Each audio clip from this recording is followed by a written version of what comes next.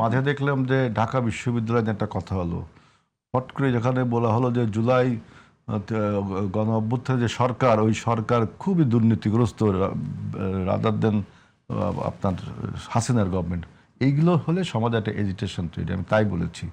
কিন্তু চার্টারটা, জুলাই সনদটা, এটা খুবই আমাদের এই গণ অভ্যুত্থানের প্রোটোপ্লাজম, প্রাণপঙ্কল এই জুলাই চার্টার। এটা কিন্তু এই জুলাই চার্টার নিয়ে কনসেনসাস কমিটি, কাইম ভাই বলেছে, কিন্তু উনি যদিও শব্দ শেষ করেনি, যেটা একটা পলিটিক্স করেছে, একটা খেলা করেছে এই কনসেনসাস কমিটি, আলী রিয়াজের নেতৃত্বে কনসেনসাস কমিটি।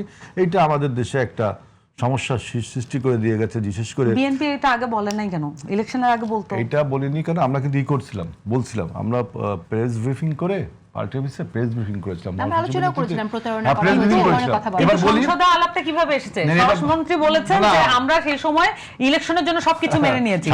আমার ওইটারই উত্তর দিচ্ছি, আমি তো জানি, তুমি এইটা বলবো, আমি জানি।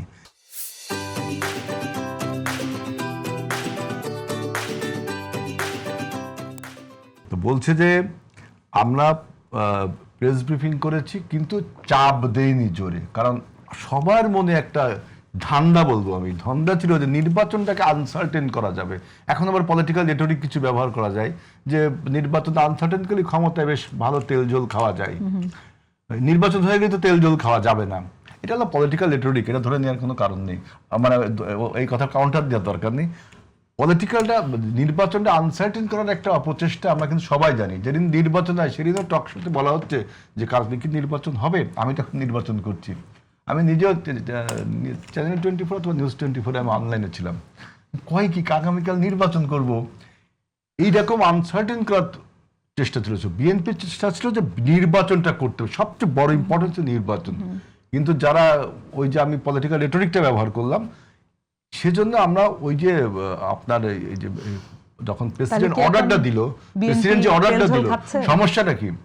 আর তেল জলটা পলিটিক্যাল রেটরিক। এখন তো আমরা ক্ষমতা আছে, তেল জল তো আমাদের ভাগ করার সময়, এখন এটা অন্য একটা আলোচনা। মানে সমস্যাটা আসলো কখন? যখন প্রেসিডেন্ট আদেশটা দিল যে গণভোট অর্ডিন্যান্স, সেখানে দেখেন কত সুন্দর করে লিখলেন, জুলাই সনদ বাস্তবায়ন উইদিন ব্র্যাকেট সংস্কার পরিষদ। কার কাছ থেকে সে এই অ্যাথরিটিটা পালো যে এই কথাটা লিখলো? আমাদের কাছে আলোচনা করেছে, কামিম ভাই তো ছিল ওইখানে, ওনাদের কাছে আলোচনা করেছে যে আমরা প্রেসিডেন্ট যে আদেশটা দিবে, প্রেসিডেন্ট আদেশের কথাই ছিল না, প্রেসিডেন্টের আদেশ হওয়া বৈধ কি অবৈধ এটা নিয়েও কিন্তু আর্গুমেন্ট আছে, এখনো আছে, যে প্রেসিডেন্ট দিতে পারে কি পারে না। তারপর ধরলেন যে দিলে তিনি লিখে দিলেন যে সংস্কার পরিষদ ইকুইভ্যালেন্ট টু গণপরিষদ। গণপরিষদের বিতর্ক আমরা আগেই শেষ করেছি যে গণপরিষদ হবে না।